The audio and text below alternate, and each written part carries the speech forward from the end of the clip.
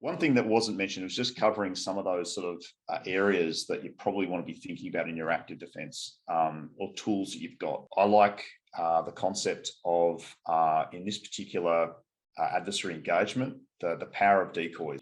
If we know they're after data, we know they're after credentials and further access in your organization, and we know they're after systems that can give them persistence. So that gives us the ability to have a look at, let's create things that they're interested in that process, so that we can understand, firstly, detect if they're in, and then understand where they're going, and then further, what they're after, to help us orientate around that particular threat.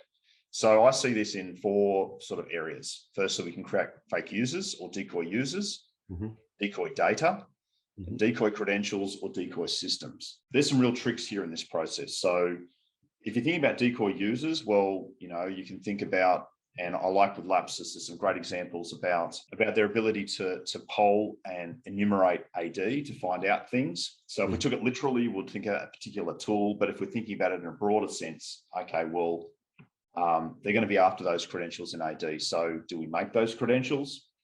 And the real key is how to make them realistic enough that they actually sit in the environment. So if your real users have names, job titles, phone numbers, and email addresses, then in the AD, you've got to create that backstory as well to make that work.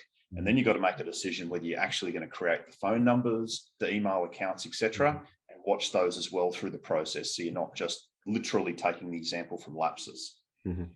If you're thinking about data, well, that needs to be realistic once again. So that needs to align with the business. It needs to have content of interest that they'll go after. Otherwise, it will be a trap that's set in the wrong location.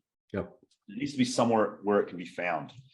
And overlaying that, we have to think about how to manage some of the negatives associated with it. So we need to make sure that we're not going to impact real users when we do this, and we're not going to create false positives, or at least we've got some process or plan to how to manage that. Finally, there's decoy credentials. So that's different than the AD information that exists in AD. I'm talking about those credentials that also gain access to systems and services. And we need to think about where we can place those in an environment, but in the same context as data, realistic, somewhere where they can be accessed, and you're managing the limitations of that.